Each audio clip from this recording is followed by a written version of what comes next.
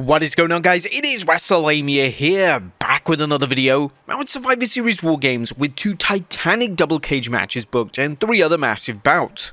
Join us now as we look at all the winners and losers of the WWE Survivor Series 2024. Be sure to subscribe and hit that notification bell for daily wrestling videos and follow us on Facebook for exclusive lists. Also check out our new videos on Wrestlelamia XL.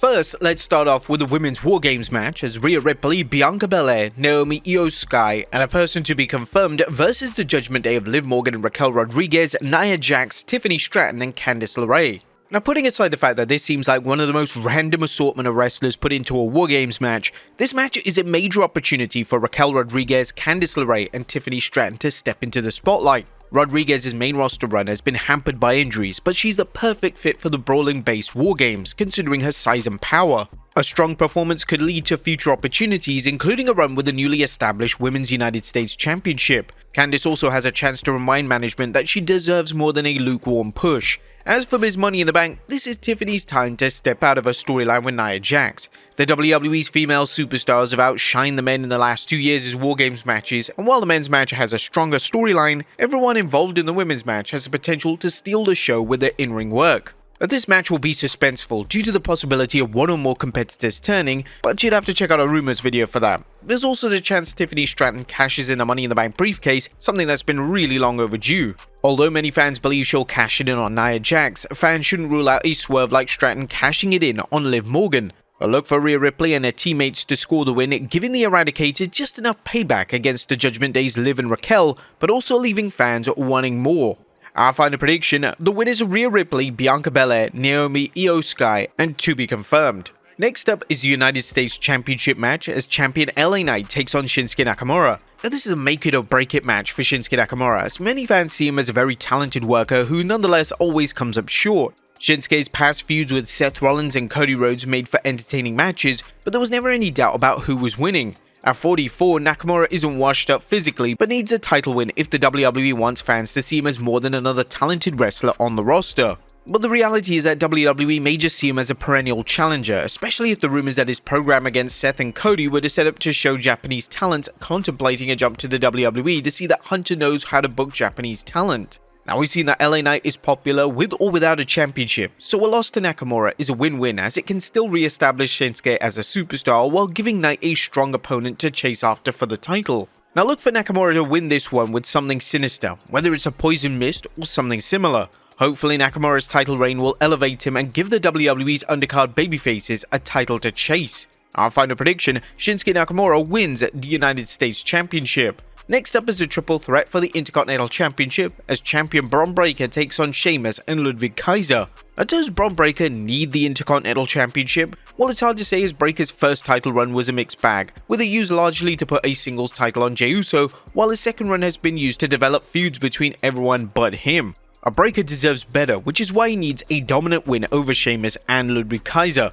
The problem is that the WWE is finally working to elevate Ludwig Kaiser, something that the WWE Universe has anticipated for over a year. Kaiser can't look weak, but at the same time, the WWE needs to figure out a creative way for Breakker to win without Sheamus taking the obvious fall. But the good news is that Triple H's past booking of Gunther provides plenty of examples of how to make everyone look good in a triple threat while keeping the title on the champion. If the WWE can do this with Bron, Sheamus, and Ludwig, they could give the fans an unpredictable match that shows Kaiser is someone to watch and that Sheamus is still a contender. Let's just hope that Pete Dunne doesn't get involved because it's a cheap way to give Bron the win.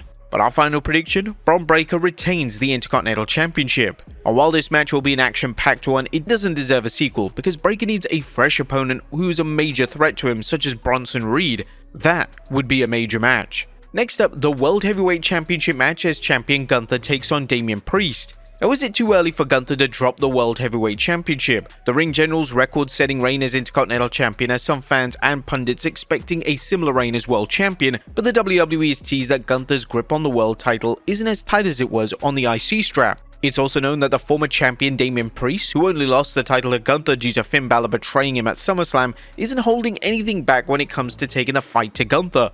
A title win by Priest would be a good way to further the Archer of Infamy's push, as it's clear the WWE sees him as a regular main event player.